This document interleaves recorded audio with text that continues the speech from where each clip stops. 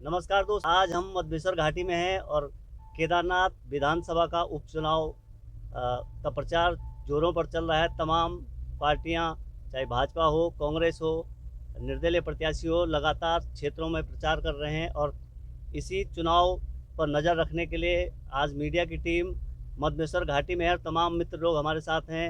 यहाँ पर वरिष्ठ पत्रकार ब्रजेश भट्ट जी हमारे साथ हैं, शैलेंद्र रावत जी हमारे साथ हैं, रविंद्र कपड़वाण जी साथ में हैं। काफ़ी लोग हम मधमेश्वर घाटी के दौरे पर हैं ताकि चुनाव की वास्तविक स्थिति को जान सकें। किस का माहौल, किस तरह चुनावी माहौल चल रहा है, तो जानते हैं कि क्या इस घाटी में किस तरह। हालांकि हमने कुछ लोगों से बातचीत भी की अभी। रास्ते में कुछ लोग मिल रहे हैं, तमाम यहाँ की समस्याएं बता रहे हैं, किस तरह की समस्याएं इस मधमेश्वर घाटी में हैं। किस तरह यहाँ पर विकास होना चाहिए था।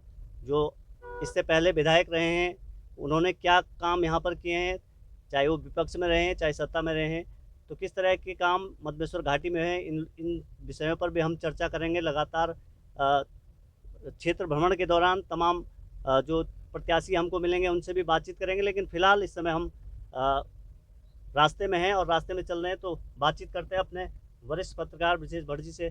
भट्ट जी, कैसा माहौल है चुनावी? माहौल तो काफ़ी गर्म है जो हम कहेंगे।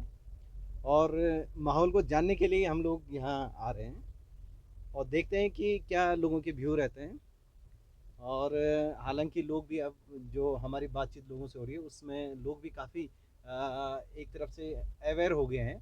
वो जानते हैं कि नेता चुनाव में ही यहाँ आएगा, इसलिए वो ये भी चाहते हैं कि इस दौरान अपनी बात को मनवाया जाए। जो उनके क्षेत्र की समस्या हैं, अधिकांश लोग वोट तो जिसको भी देंगे, लेकिन वो जो है नेताओं से अपनी क्षेत्र की समस्याओं का सौदा भी कर रहे हैं, जो कि एक उचित बात है। अवेयरनेस लोगों में अच्छी है, इसलिए देखते हैं आगे और लोगों से बातचीत करके क्या माहौल रहता है। अभी बातचीत कर रहे थे हम, जो रास्ते में जो लोग थे उन लोगों ने तमाम जो छोटी छोटी समस्याएं हैं, जैसे आंगनबाड़ी केंद्र है, बहुत छोटी समस्या है। इस तरह से बता रहे थे कि आंगनबाड़ी केंद्र नहीं है। ये बहुत छोटी छोटी समस्याएं हैं। लगता नहीं आपको कि क्या इतने दूरस्थ क्षेत्रों में छोटी छोटी समस्याओं पर जनप्रतिनिधियों को ध्यान दिया जाना चाहिए? हाँ, नहीं, ध्यान तो ज़रूर दिया जाना चाहिए, लेकिन क्षेत्र काफ़ी पिछड़ा भी है। और समस्याएँ चाहे वो भाजपा हो चाहे कांग्रेस हो, समस्याओं का समाधान धीरे-धीरे होता है। इसलिए हम किसी व्यक्तिगत किसी को दोष नहीं देंगे। और विकास भी हुआ है, आज सड़कें इस क्षेत्र में पहुँच गई हैं। सरकार चाहे वो कांग्रेस की हो चाहे भाजपा की हो, जो कार्य हैं वो नियमित चल रहे हैं। कुछ प्रतिनिधि अगर अच्छा चुना जाए तो उसमें ये होता है कि वो जो सरकार की योजना है उनको धरातल पे उतारने का काम करता है। यही महत्वपूर्ण है। आप मधेश्वर घाटी के लगभग अंतिम गांव की तरफ हैं आप। क्या आपने भी देखा है सड़कों की स्थिति कैसी आपको लग रही है, या जो आपदाएं आती हैं मानसूनी सत्र के दौरान तमाम समस्या से हैं, उसके बाद अब तो मौसम ठीक है, क्या लगता है आपको, कितना बदलाव नज़र आता है आपको? पहली बात तो ये है कि प्रत्येक गांव सड़क से जुड़ रहा है। सड़क बनना ही महत्वपूर्ण है। सड़क बनी है, सड़कों की स्थिति बहुत बेहतर नहीं है, कहीं पे बहुत अच्छा है, क्योंकि आपदाएं भी होती हैं यहाँ पे, तो टूट फूट भी है। तो सुधारीकरण और व्यवस्थाओं में सुधार की जरूर जरूर ज़रूरत है। लेकिन जिस ढंग से पैसा ग्रामीण क्षेत्रों के लिए आया है, वो अपने आप में बड़ी बात है। हमारे साथ शैलेंद्र रावत जी भी हैं। शैलेंद्र रावत से जानेंगे कि आप भी लगातार क्षेत्र भ्रमण कर रहे हैं, पिछले कुछ दिनों से आप भी मधेश्वर घाटी में लगातार दौरा कर रहे हैं। रावत जी, क्या लगता है आपको, कितना बदलाव आप देख रहे हैं? और ये चुनाव में जो प्रत्याशी, क्योंकि उपचुनाव है, मेन चुनाव तो है नहीं, उपचुनाव है, उपचुनाव में आपको क्या लगता है किस तरह के मुद्दे आप देख रहे हैं जनता के बीच?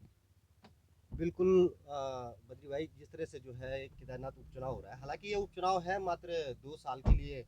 ये उपचुनाव हो रहा है 2 साल के लिए, लोगों को अपना नेता चुनना है, अपना विधायक चुनना है। लेकिन जिस तरह से इस चुनाव को एक हाइट मिली है, क्योंकि बद्रीनाथ में इससे पहले उपचुनाव हुआ और वहाँ पर जो सत्तारूढ़ दल है बीजेपी, वो उस चुनाव को लूज कर गया।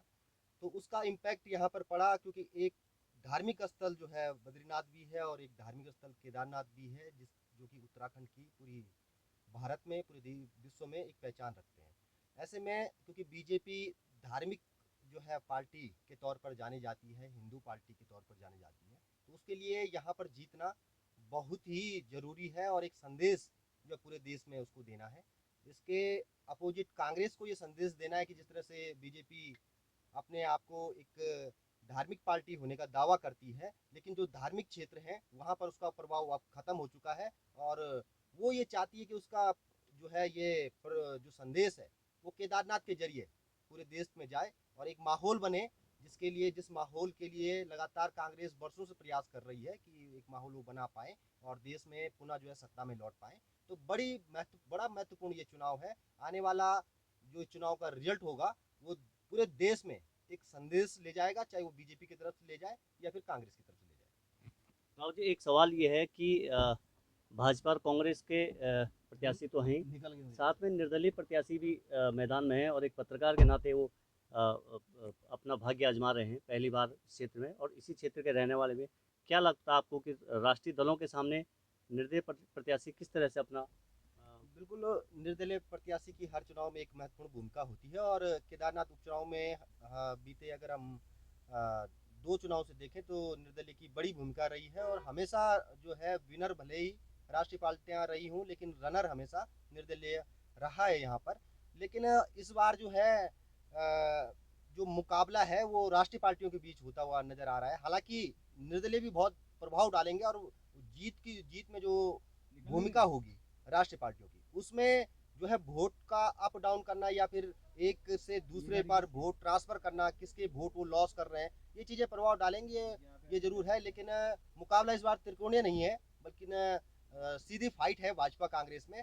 और एक संदेश भी दोनों पार्टियां जो है अपने अपने स्तर से पूरे देश में फैलाना चाहती हैं कि केदारनाथ जो कि हिंदुओं का एक प्रमुख जो है धार्मिक स्थल है, वहाँ की जनता क्या चाहती है, वहाँ की जनता क्या भाजपा को जो है इस बार जो है यहाँ से जिताकर भेजकर ये संदेश देना चाहती है कि भाजपा जो है जो हिंदुओं की जो पार्टी है उस पर धार्मिक क्षेत्रों का के लोगों का भी भरोसा बना हुआ है, या फिर कांग्रेस के इस जो लगातार दावा कर रहे हैं कि भाजपा केवल जो है हिंदुओं का वोट लेती है लेकिन करती कुछ नहीं है केवल, तो क्या उस तरह का माहौल जो है वो यहाँ से एक बना करके, अगर कोई कांग्रेस लगातार चाह रही है कि किसी तरह से उनको एक एडवांटेज मिले कि वो हिंदू क्षेत्रों में लगातार भाजपा का ग्राफ घट रहा है, तो वो संदेश यहाँ से ले जाना चाहिए।